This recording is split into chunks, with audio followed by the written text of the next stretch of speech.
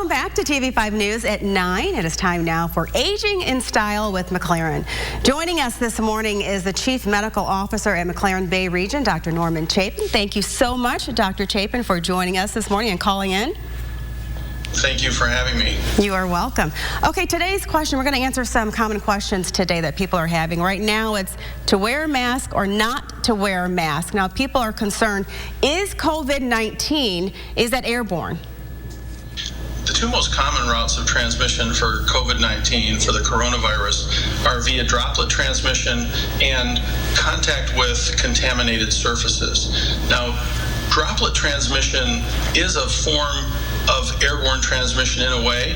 Droplets are transmitted by a person's cough or sneeze and carried a short distance in the air. But true airborne transmission is where the virus can survive in the air for much longer distances and travel through air vents and those types of routes of transmission.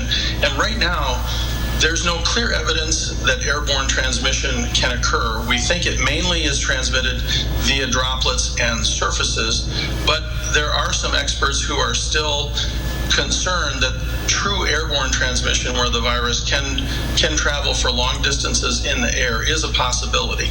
Okay, so listen to this. Now, aside from proper hand washing, we've heard about that, and social distancing, what other ways can we keep ourselves protected and reduce our risk of contracting COVID-19?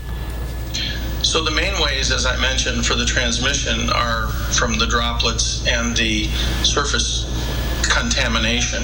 So I think when people are out in public, it's very important that in addition to making sure that they do frequent hand washing, they should wear gloves if they are in a supermarket or in a store, touching doorknobs, countertops, other things that could have the virus on it, and then following removal of the gloves, be very, very conscientious about the hand washing. You asked me a question about masks earlier. I do think that in those types of places where you're around other people and don't necessarily always maintain the 6 feet of distance, that a mask can provide protection for you. It can also prevent you from transmitting the disease if you're not aware that you're becoming symptomatic yet. Okay, so face mask, gloves, hand washing, and social distancing all work. And let me ask you this, a lot of people have this question, how do you know when to call your doctor or when to go into the ER? So the need to visit a physician, either in the emergency room or in your physician's office, is really based on the severity of the symptoms that you're having. There are many patients who seem to get relatively mild symptoms from COVID-19, and then there are those patients that get more severe symptoms.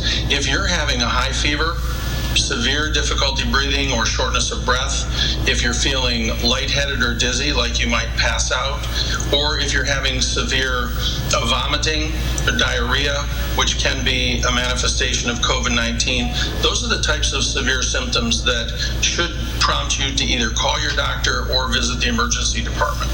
And doctor, what does treatment look like when someone's admitted to the ER? How long are they expected to wait there? So the main thing that would happen in the emergency room, depending on the severity of your symptoms, would be number one, trying to control your fever, trying to help you with the shortness of breath by providing you with oxygen, or in some cases, medications that might help your breathing be a little bit easier. In cases where patients are having severe respiratory difficulty, sometimes we do have to assist their breathing with a ventilator, and that would be the most significant type of intervention that would occur to a patient in the emergency room. Doctor, anything else that we haven't covered that you think is important for everyone to know about COVID-19 that we have not covered? You know, I think we're seeing some signs that the peak is going to be here this week, and then hopefully we will start to see a reduction. I think that the social distancing and the attention that people are paying to good hand hygiene and maintaining that social distancing certainly seems to be having a tremendous impact. I would encourage people to continue to do that until we're really sure that the worst part of this crisis is over. Thank you, Dr. Chapin, for calling in. We really appreciate it. Thank you. You're welcome. And if you at home have any other questions or want more information, just check out Aging in Style. That's on WNEM.com.